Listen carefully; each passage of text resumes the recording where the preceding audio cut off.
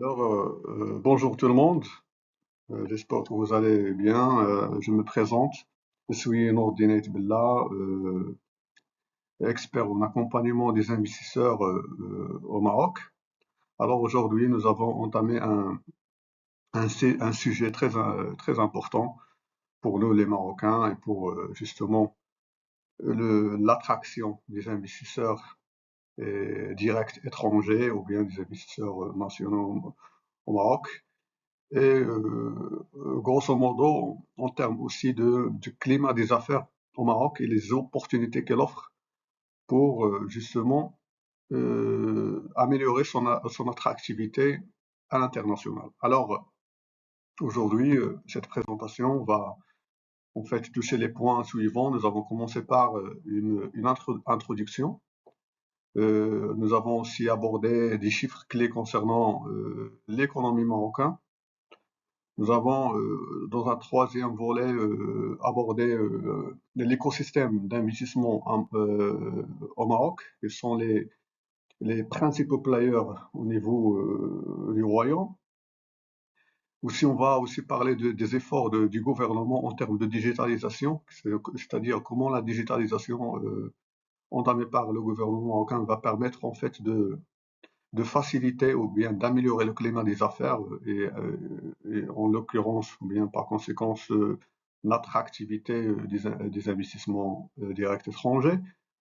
Le point suivant qui sera abordé, c'est en fait les secteurs porteurs au Maroc, qui sont les secteurs qui représentent aujourd'hui une opportunité d'investissement pour les investisseurs étrangers. Et après, nous avons aussi mettre l'accent sur le côté infrastructure d'accueil, notamment les zones économiques dont dispose le Maroc. Et enfin, on va clôturer cette présentation par les accords de libre-échange qui ont été signés par le Maroc avec ses partenaires, ses pays amis, justement pour faciliter ou bien permettre au Maroc d'exporter et d'importer des produits à des taux ou bien à des taux préférentiels. Alors, comme vous le savez, le Maroc est situé à la croisée de l'Europe et de l'Afrique et du monde arabe, ce qui constitue un marché de plus de 1,5 milliard d'habitants et donne au Maroc une position stratégique pour les investissements. Grâce aussi à sa stabilité politique, sa croissance économique soutenue et aussi à ses réformes structurelles, le Maroc il offre un environnement très attractif pour les investisseurs, que ce soit nationaux ou bien internationaux. En fait, cette présentation va explorer justement l'ensemble de ces points-là. Pourquoi devriez-vous, en tant qu'investisseur, venir au Maroc et investir? Alors, concernant les chiffres clés, nous avons ici un certain nombre de chiffres qui reflètent l'importance de l'économie marocaine. Comme vous savez, le Maroc a signé plus de 50 accords de libre-échange. Il a aussi fixé comme objectif d'atteindre 52% en termes d'énergie renouvelable, ce qui constitue une opportunité pour les investisseurs dans ce secteur. Et il représente aussi en termes d'attraction des touristes. Chaque année, le Maroc accueille plus de 12 millions de touristes. Le Maroc aussi est considéré comme la première plateforme d'investissement automobile en Afrique et détient le premier port international, le port de Tanger en Afrique. Et aussi, il est caractérisé aussi par un système bancaire très résilient. Concernant les réseaux d'infrastructures marocains, le Maroc dispose d'un réseau d'infrastructures très robuste, notamment plus de 1800 km d'autoroutes, 19 aéroports internationaux, premier TGV en Afrique, premier port en Afrique, celui de Tanger-Med, plus de 2109 km de voies ferrées, 100% d'accès à l'électricité, 87% d'accès à l'eau et 146% de taux de pénétration mobile. Aussi concernant quelques chiffres en termes de relance économique post-pandémie au Maroc et aussi le maintien de l'inflation. Alors, Ces chiffres, en fait, sont en milliards de dollars. Le PIB a évolué en 2019 de 129 milliards de dollars, en 2021 121, en 2021 143, en 2022 138. Le PIB par habitant aussi connaît une nette amélioration qui a atteint en 2022 3 765 dollars par habitant. La croissance du PIB aussi, certes, elle a connu en 2022 un recul, mais en 2024, elle a repris son trend progressif. Concernant la moyenne annuelle d'inflation, elle a atteint en 2022 6,6%. Et concernant les notes des agences S&P, Moody's et Fitch, alors S&P classe le Maroc BB+, Moody's BA1 et Fitch BB+. Concernant l'écosystème d'investissement, c'est-à-dire l'ensemble des institutions qui veillent à ce que l'investissement soit fait d'une manière souple au Maroc, alors on distingue l'Agence marocaine de développement des investissements et des exportations, qui est une agence nationale dont le rôle est justement l'attractivité des investisseurs, l'accompagnement et faciliter l'implantation des investisseurs directs étrangers ici au Maroc. On distingue aussi les centres régionaux d'investissement, qui sont des établissements régionaux. Comme vous le savez, le Maroc, il existe 12 régions au niveau du Maroc, et chaque région est dotée d'un centre régional d'investissement, justement, qui joue le rôle de catalyseur d'investissement au niveau régional, qui simplifie les procédures et qui veille à ce qu'il veille aussi à la promotion des territoires en termes d'attraction des investisseurs. Nous avons aussi en 2020, le souverain a lancé le fonds Mohamed VI, qui est une société anonyme dotée d'un capital de 15 milliards de dirhams. C'est un fonds d'investissement dont l'objectif est détenu à 100% par l'État, et l'objectif c'est de participer, d'investir ou bien de participer au capital des projets structurants tout en veillant aux enjeux environnementaux, sociaux et de gouvernance. La CGM, la Confédération générale des entreprises au Maroc, elle est le principal défendeur des intérêts des entreprises. Elle défend ses intérêts et veille à ce qu'il y ait une certaine relation d'équilibre entre les investisseurs et le gouvernement. Le Maroc aussi dispose d'un système bancaire résilient géré par le groupement marocain des banques, GPBEM. Et enfin, en 2021, le Maroc a lancé la charte d'investissement, qui est une révision de l'ancienne charte.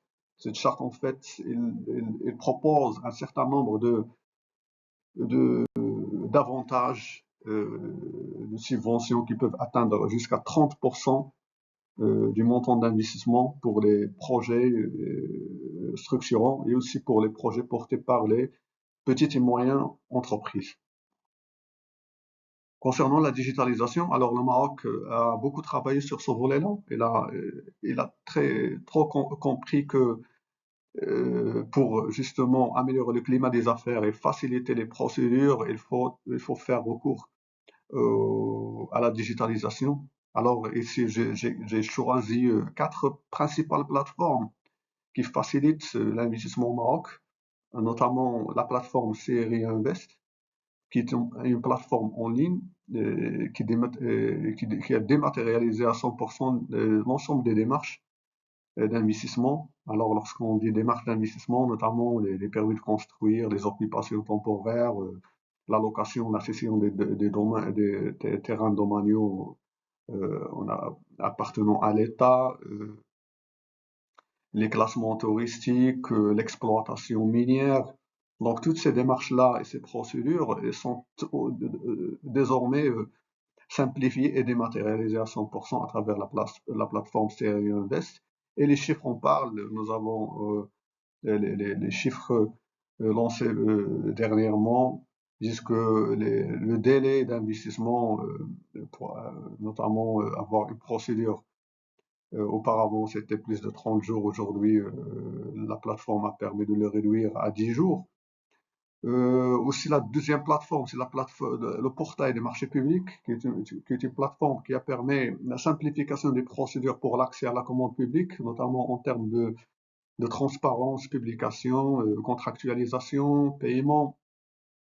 Donc cette transparence a permis en fait l'accès à la commande publique aux investisseurs d'une manière transparente. Le troisième volet aussi, c'est la plateforme Portnet, qui est un guichet unique électronique qui facilite, qui gère les procédures douanières. C'est une plateforme qui a permis aussi de dématérialiser à 100% toutes les démarches, l'ensemble des démarches d'import et d'export. Et enfin, la plateforme Rojas, qui est une plateforme en ligne, justement, qui a dématérialisé les actes et les procédures d'autorisation, d'exploitation économique. Concernant les secteurs clés pour l'investissement, ou bien les secteurs, comme vous savez, le Maroc, il offre plusieurs opportunités dans des secteurs, que ce soit traditionnels ou bien des secteurs émergents. Alors, ici, nous avons Ici, c'est le secteur des énergies renouvelables, vu que le Maroc a fixé un objectif de plus de 52% d'énergie renouvelable d'ici 2030, ce qui constitue une opportunité pour les investisseurs dans ce secteur, notamment l'éolien, les stations d'énergie solaire et autres. L'industrie automobile, le Maroc, il représente le premier hub au niveau africain, avec notamment des derniers arrivés, le Renault et Stellantis, mais aussi les constructeurs aussi chinois. Le tourisme, avec ses 12 millions de touristes, de visiteurs par année, les nouvelles technologies, avec une croissance rapide des technologies et des infrastructures derrière ces nouvelles technologies. Le phosphate, comme vous savez, le Maroc détient plus de 70% des réserves mondiales de phosphate. Et dernièrement, l'hydrogène vert, avec la transition énergétique qu'on connaît le monde. Donc, le Maroc dispose d'un potentiel énorme pour produire de l'hydrogène vert. Et enfin, la mobilité électrique avec les Chinois, l'arrivée des Chinois. Donc le Maroc, il travaille sur son positionnement, notamment en termes de production des batteries électriques. Concernant les structures d'accueil et les zones économiques, on le savait, un investisseur, lorsqu'il débarque au Maroc, il aura justement besoin du foncier ou bien de structures d'accueil justement pour accueillir son projet. Alors le Maroc dispose de plus de 150 zones industrielles éparpillées à l'ensemble des territoires marocains, 10 zones d'accélération industrielle qui bénéficient d'incitations spécifiques justement pour attirer des investisseurs dans des secteurs industriels pointus. 4 agropoles sont des espaces dédiés à l'industrie agroalimentaire. 27 zones d'activité économique destinées aux PME et TPE, les artisans. Et enfin, 3 parcs offshore qui sont des zones spécialisées dans des services d'offshoring, d'externalisation, notamment les centres d'appel. Et enfin, les accords de libre-échange. Le Maroc a bien compris que pour justement attirer les investisseurs, il faut que l'investisseur soit capable d'exporter ses produits à des zones très peuplées. Et justement, le Maroc avait à signer des accords de libre-échange avec plusieurs pays. En citant ici l'accord de libre-échange avec l'Union européenne, qui vise la suppression des droits de douane pour les produits industriels et agricoles. L'accord de libre-échange, l'ALECA, avec les États-Unis, où 95% des produits sont exonérés de droits de douane. La ZLECAf, ou bien la zone de libre-échange économique africaine, qui donne au Maroc l'accès à un marché de plus de 1,3 milliard de consommateurs. La Turquie aussi, le renforcement des chaînes ou bien des échanges dans les secteurs d'automobile et de textile. Les accords de libre-échange aussi avec les pays arabes, notamment l'Égypte, la Tunisie et la Jordanie, concernant l'accord d'Agadir, le genre de libre-échange entre ces trois pays. L'accord de libre-échange avec les Émirats arabes unis, l'Arabie saoudite, et enfin l'accord de la grande zone de libre-échange arabe qui donne au Maroc un accès d'un marché de plus de 300 millions d'habitants. Alors, ainsi touche à sa fin notre présentation. J'espère que j'ai bien été clair et j'ai pu en fait vous donner un certain nombre de d'avantages ou d'arguments justement pour donner un avant-goût aux investisseurs et dire que le Maroc est une terre d'opportunités et il y a beaucoup de choses, il y a beaucoup de réformes, il y a beaucoup d'opportunités à saisir pour les investisseurs directs étrangers et je suis là pour tout éclaircissement ou bien toute autre information, même au-delà de cette conférence. Merci beaucoup.